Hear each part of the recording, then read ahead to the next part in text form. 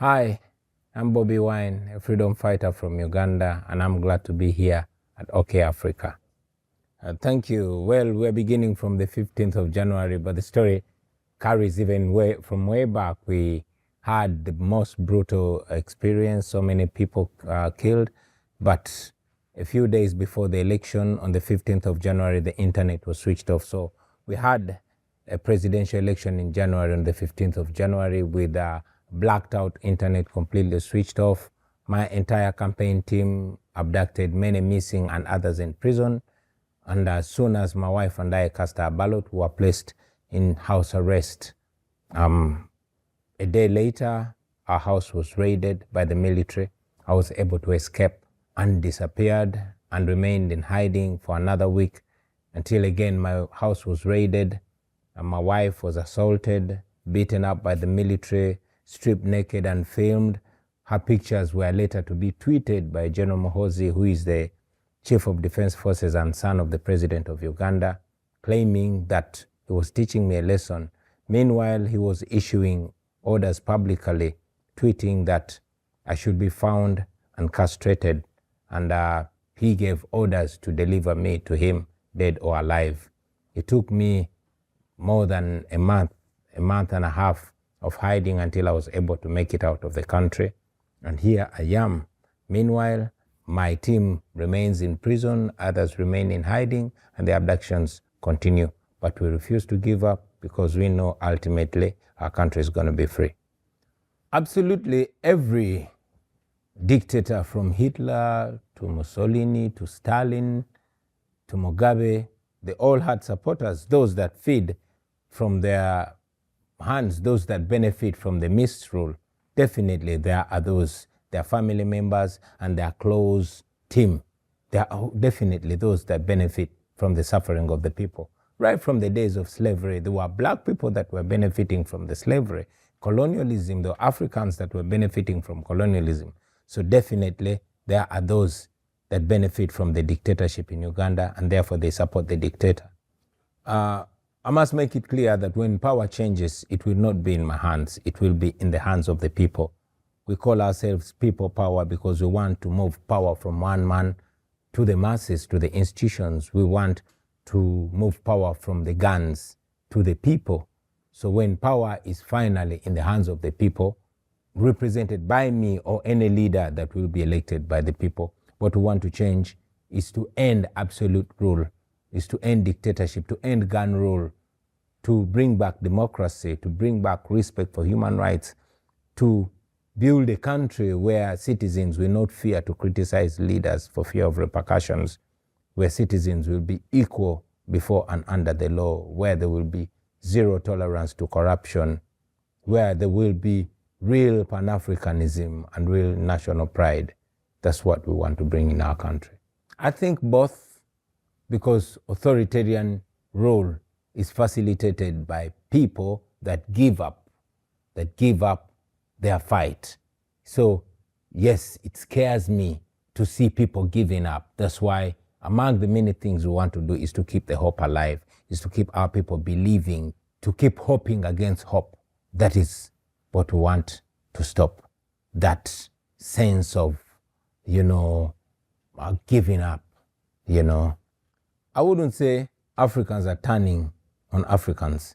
I would say some Africans are turning on Africans, and that's the highest level of ignorance and idiocy. You'll pardon my choice of words, but that's exactly what it is. It is sad, most importantly, to see that this is prevalently in South Africa. I mean, when South Africa was under apartheid rule, when it was under white minority rule, we came together as Africans. There were fronts for South Africa, in Ghana, in Tanzania, in Nigeria. In Uganda, we had a training wing, a training ground called Kaweweta. It was established to train South African fighters and other African fighters that were going to liberate South Africa under the Mkhonto we Sizwe arrangement. So it is just very, very disappointing, and I'm sure Mandela and all those great freedom fighters must be turning in their graves to see that their legacy is being abused by those that we all fought to liberate. While I believe that every country's laws should be respected and migration should be limited. But it's such a shame to see Africans not attacking white people, no matter how illegal they might be in their country, but attacking Africans. It's the highest level of self-hate and self-denial. We condemn it, and we continue to call upon the authorities in South Africa and the leaders all over Africa to condemn that and make sure it comes to an end.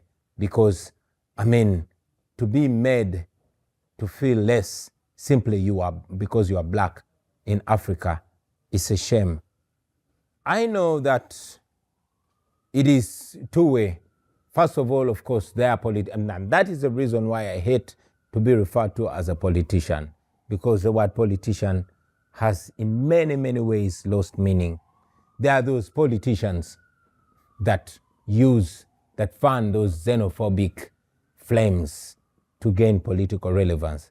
But I'm also tempted to believe that this could actually be a trick to bring back apartheid, because now for we, the Africans that came together to support South Africa, I can imagine that after those few short-sighted South Africans doing what they're doing to their African brothers and sisters, it is a way of isolating South Africa from the rest of Africans. Imagine if they went back to oppression, because it is very possible.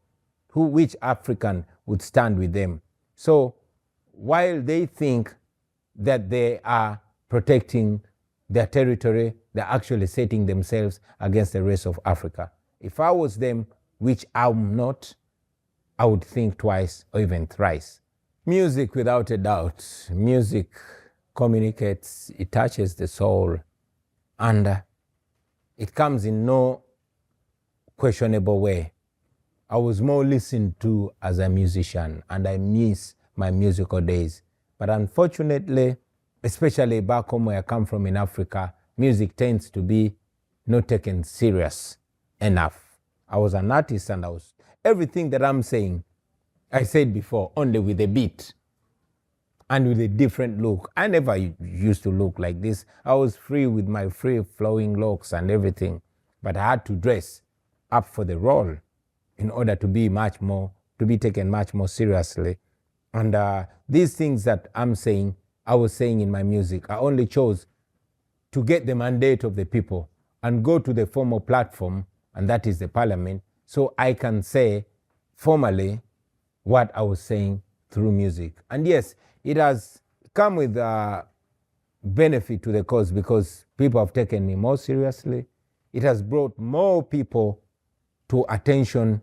It has brought more attention from the common people to the politics. Back then in Uganda, and I believe largely in Africa, politics was a matter of politicians, the elite, the intellectuals, and all those.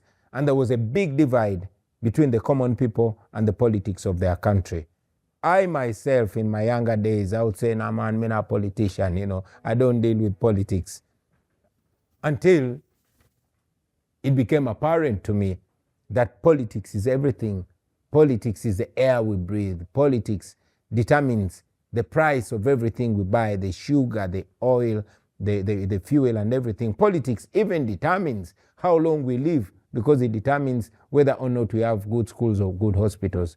And that is why I took a step and invited the masses into the politics. Today, back in the days of Idi Amin and other leaders, the political prisoners were the intellectuals, the professors, lawyers, engineers, and all that. Today in Uganda, the political prisoners are the barbers, the taxi drivers, the market vendors. Why? Because my entry encouraged all the ghetto people where I came from to own up their politics, because they vote. It made them realize that they have the same and equal right with the intellectuals on the matters of the country. And they got involved. No wonder the regime got so scared that they stopped arresting political activists, but they just abduct them and kill them to completely discourage and disconnect the people from the politics of their country.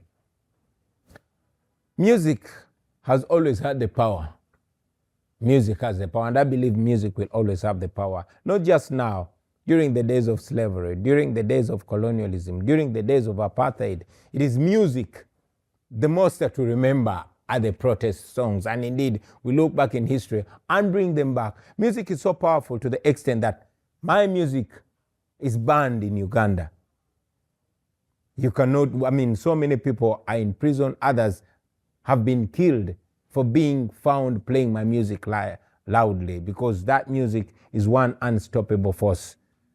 Yes, the dictators of the day have learned how to deal with it, because now the budget that the Ugandan dictator General Museveni uses to buy up the artists and compromise them is bigger than the budget that is put in healthcare, because music is such a force.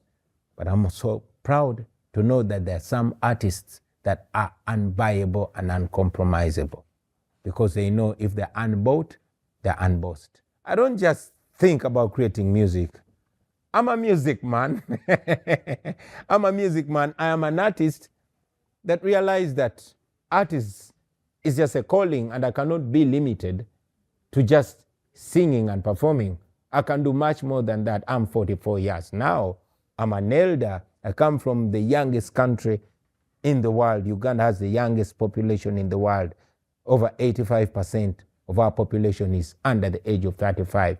So I cannot just sing. I ceased only singing about issues. Now I want to act upon them. So yes, I'm a music man.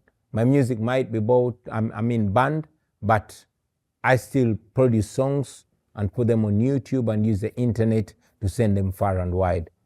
Yeah. Music is me and I'm music. You cannot disconnect the two of us.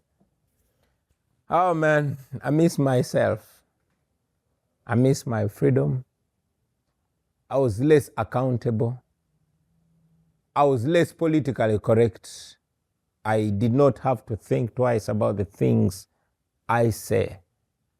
You know, I was more free, and I was less targeted because I was taken less serious. Yeah, and I had more time for myself. But now it's no longer just about myself. It's no longer just about what I think. It's about what we all think. This what I think. But now it's not just me. When I speak, I'm not speaking just for myself. I'm speaking for the millions that don't only support me, but actually went on the line and voted for me to be their president. Not once, but twice. So now I don't speak just for me. I speak for everybody. I speak for an entire country. I'm more accountable than I was. And I miss the unseriousness, man. You know, yeah, now I cannot live like a man. I live like a leader. And I'm answerable to the population much more than I was then. So I miss that. But when responsibility calls, one has got to answer. That's a random question. Yeah, I think the message would be rise up, take charge. You are the present, you are the future. Don't wait for nobody. It is you. First and foremost, thank the world for the voices that they've raised, not just for Uganda, but for Africa and the world. And I want to call upon the world to look and give attention to the oppressed places in Africa, places like Uganda, where there's 50 million people that have been oppressed for 40 years, ruled on gunpoint by a dictator. Places like Congo, where there's a constant genocide going on. Places like Cameroon that has no voice. Places like Eritrea. Many. To all the Africans out there, they should know that we are on our own and each other is all that we have. While the world is concentrating on Ukraine, and rightly so, on Palestine, and rightly so, on many other oppressed places, I want the world to know, and the Africans to know, that more people are killed and being killed in the Congo more than Palestine and Ukraine combined. but we don't get the attention. So if we don't speak up, nobody's going to hear us. We, the voices that manage to smuggle the truth out of home, whether it be Congo or Uganda or Tanzania or Sudan, let us speak for our people. For we are all our people have got. There's a reason why God elevated us to these platforms that we have, not for us to get paid and live comfortably, but to make sure home gets better. And to remind every African that is living in a foreign land, be it Europe or in America, this is not your home. Africa is your home. Let us make home better. And that way, our brothers and sisters will not have to die on the sea trying to escape from home. Our brothers and sisters are not going to be humiliated in a foreign land, being called whatever kind of names. Now, we used to tolerate the humiliation in foreign lands in the West, but we are facing it on our own continent. Why? Because of misrule. Let us speak out against misrule. Let us come together and remember that for colonialism to end, it took all of us coming together. For apartheid to end, it took all of us come together. And for dictatorships and misrule to end in Africa, it takes us coming together. And most importantly, and this is a message that I want all of us to speak with one voice, to the Western powers, the United States of America, the European countries, and all these other countries. They are in many ways responsible for the misrule back home. For example, in Uganda, for decades, America was giving General Museveni up to $1 billion US, especially in security cooperation. That is the money that acts as the wind beneath the dictator's wing. So let us call them out to stand and act by the values that they profess.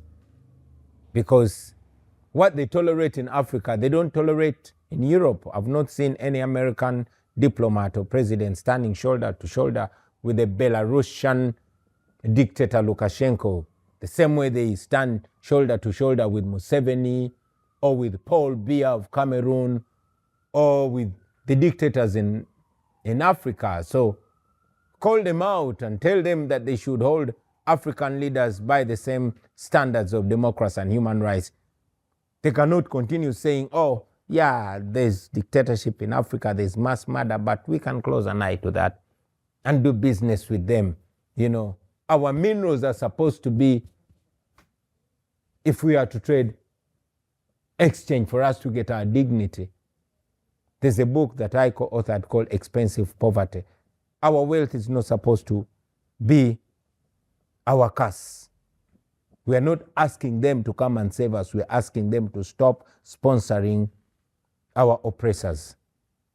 When that is spoken loud enough by more of us, maybe, just maybe, we'll be able to touch the conscience of these Western powers. Because when America says we are not going to sponsor dictators in Africa, it will be game over. When Europe says we are going to stop sponsoring dictators in Africa, it will be game over. Right now, I was elected president, but I'm in exile.